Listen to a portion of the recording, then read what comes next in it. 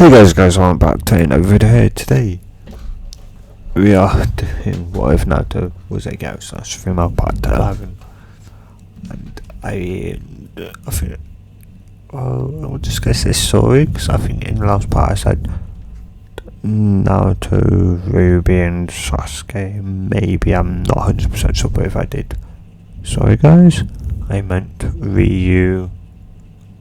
Pretty sure her name's Ryu. It's either Ryu or Ruby, Ino and Sakura. I'm just going to check right now. Yes, Naruto is Ryu. I had to look back at episode 1. But yes. So Ryu is Naruto and Ryu is also on the team with Ino and Sakura. I would suggest watching the previous parts to understand more, because I tend to forget, especially as there's now like 2 weeks in between each part of this I do, so I am going to end up forgetting. But yeah, and in the last part it was pretty much they just, well, I'm not actually sure why I told them, because I think I was more so tired that I was saying Naruto, not Naruto, Sasuke and Ruby, which Ruby is not from this series, and Sasuke is not even a part of Team 7. And yeah, so when they get back, because I would say, well, they know how fast Ryu is, so Ryu would immediately, hunt down the first person that enters the thing, gets the scroll, and walks into the building with her team. And, well, yeah, she, opens it, Kakashi appears, and Kakashi is... He's a bit surprised, but he also knows that, she is Minato's girl, so he does understand that she's going to be ridiculously fast and have an immense chakra pool that, probably no one else in existence will have, unless, they have all 9-tailed beasts. And even then they may not have, the same chakra reserves as Ryu had. And yeah. And so, yeah. Of course, a couple of days would pass. Ryu and Ryu, Sakura and Ino would have rested up. Sasuke with his... Sasuke and his team will have passed also, but Sasuke would have gotten the curse mark. That's still saying the same. And then when it comes to the battle, everything would kind of go the same except for Ryu's match and Sakura and Ino's match, because Sakura and Ino are in the same team. I don't think they'd put them up against each other. So, Ino would go up against the sound person. Not sure who actually went up against it, but yes. Or someone that's not currently... because the person then who went up against the sound person... Oh no, it's that bug guy. Yeah, so then the bug guy can go against Sakura. Pretty much. But yeah, Ino and Sakura do pass. And then, of course they're waiting for Ryu's turn, which, is almost close to the end, which then, when they call, when it shows on the screen, Ryu, Uzumaki and Kiba.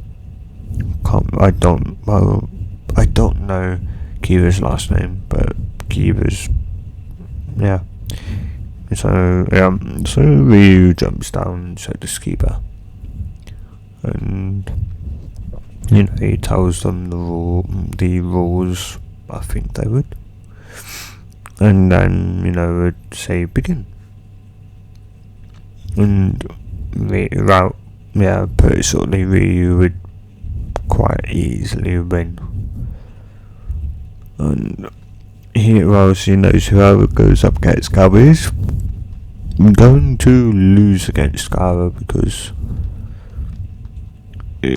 she can tell that Gaara's got something inside of him. Mind you, Lantern come out and talk in terms. I'm not sure if I've said that at all, but that's what I believe that on. Is on talking terms. And Kuma would be, could be, I've never, even talked to my previous Shinchoki. Anytime I tried, I've more or less just said that, get me out, all that. They would generally talk to me, but that was it. I never really talked back. So this is all new for me. And, yeah. And also, guys, this part is probably going to also be short. I'm not 100% sure because I'm still recording this, but yeah.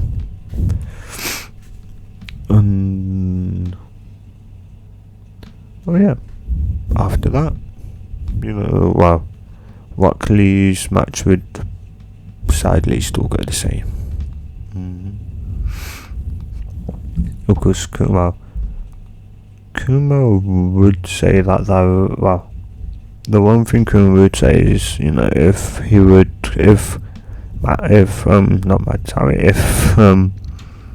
forgot this, Shikaku would do, if that Gaara person, Shikaku's Jinshoku would go, fall out for Shikaku, that, the only way to beat him would do, do the same thing, and to, not really, he does say, not release me, but, and kind of change your body into mine, if that makes any sense, and battle him that way, cause, so, let's just hope it doesn't come down to that. Shall we? Yeah. Of course, Kuma is itching for a fight against anyone, because I think that's what he likes to do. Besides on nap most of the time, is fight, all that. So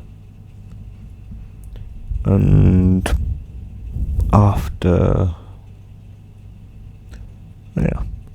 and then of course she'd go to Cash to ask her, because they'd say, you've got 1 month to train before the next part of the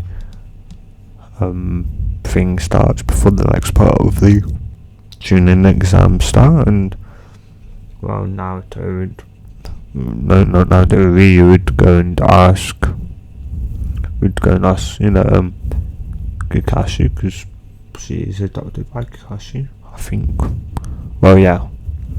She's adopted, and she'd walk in with Kakashi, and she'd ask, Kakashi, can you teach me to go, sorry Ryu, my daughter, but I have to teach Sasuke, because he's apparently on one of his missions somehow awakened his Sharingan, so I've kind of been drafted into helping Sasuke control his Sharingan, so I have to do that. Otherwise, yes, I would have. So there's I guess the only thing I would tell you to do is probably to see if you and Kuma could cooperate more, and see if you can pull out more of Kuma's power. And that's what they tried doing up until a point where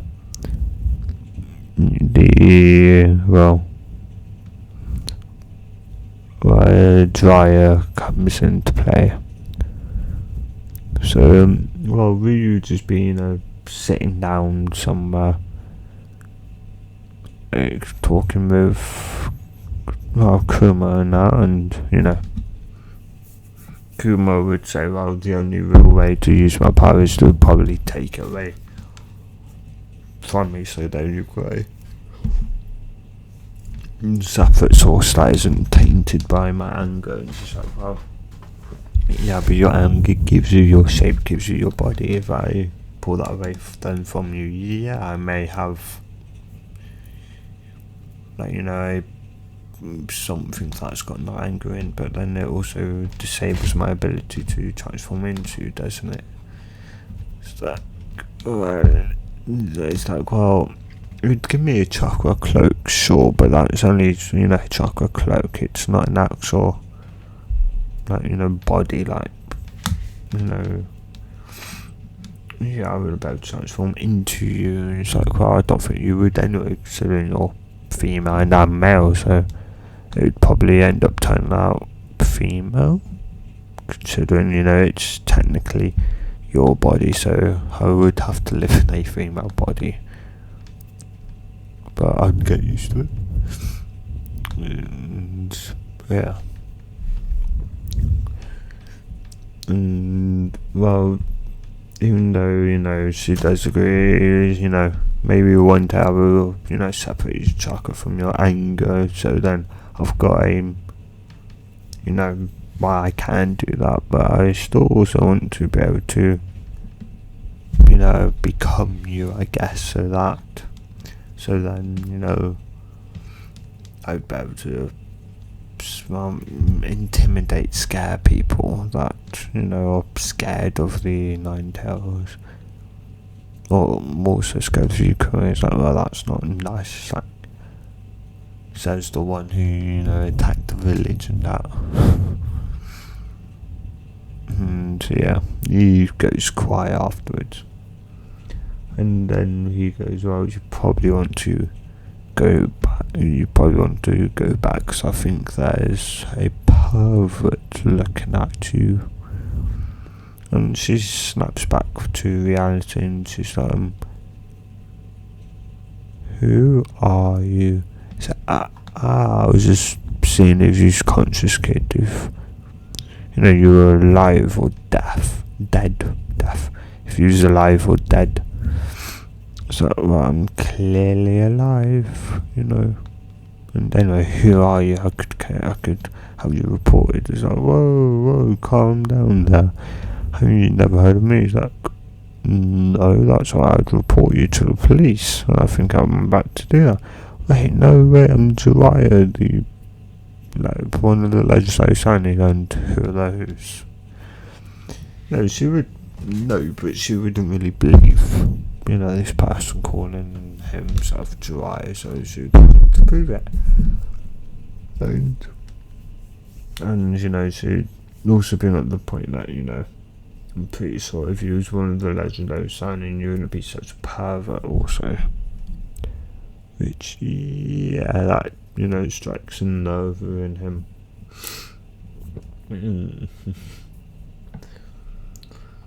And, they argue back and forth for a little bit, but after something talking, she don't believe him, and he ends up somehow, teaching her more so because she's a girl. And he's, I guess he meets his pervy side, that image. So she's, even though she does notice that, she's not going to say anything about it because she's getting training from one of the legendary signings. She's happy for that, even though she's annoyed, the one of the legendary signings just so happened to be a huge pervert, and one of the other ones just happened to be a person that, wants to be immortal and know every single jutsu that is out there. So, yeah. and there's one pretty much on the run from my past. So it's just like, well, I guess this is better than none. Or no one teaches me anything. And yeah. Besides being able to learn, being able to walk in water. I can't remember if I gave that to it already, but mostly that's it. If I've, oops, I will. Yeah, and the Toad contract, of course, Kuma would kind of bring up that there was also a fox, summoning jutsus, like a fox one. What would, why is that? Well, there has to be one for every animal out there, pretty much. And I'm the night-out fox, so yeah, I would kind of know it. And it's like if you're I think high enough, and you could even summon me for some odd reason. The only person to be able to do that was Madara Uchiha. And yeah, so she does also learn the fox summoning jutsu. Because why not? The more foxes, the merrier. But no, she thinks, she brings up the point is that, well, I guess it's also kind of good because, they'd maybe be able to teach me how to better enter, the, I guess, Toad Beast state in that. It's like, you'd go, why do you think that? Well, you are the, I guess, big bad boss of them, so it would make sense that they would know how, that the higher ups would know how to enter that, or make it a lot easier on me to enter it. So yeah, so that's that. Enter it, and also sorry if I've been quiet. Yeah. I was about to repeat myself. I'm knackered. Anyway. Yeah, see Karen speaking to Kuma, and yeah. So pretty much I'm gonna end it here. So then in the next part 12, we'll be going through the last part of the tuning exams. So yeah, I hope you guys have enjoyed this, and if you have, if you enjoyed it and you want to see more just like this, subscribe. I'll see you guys in the next video, and a goodbye.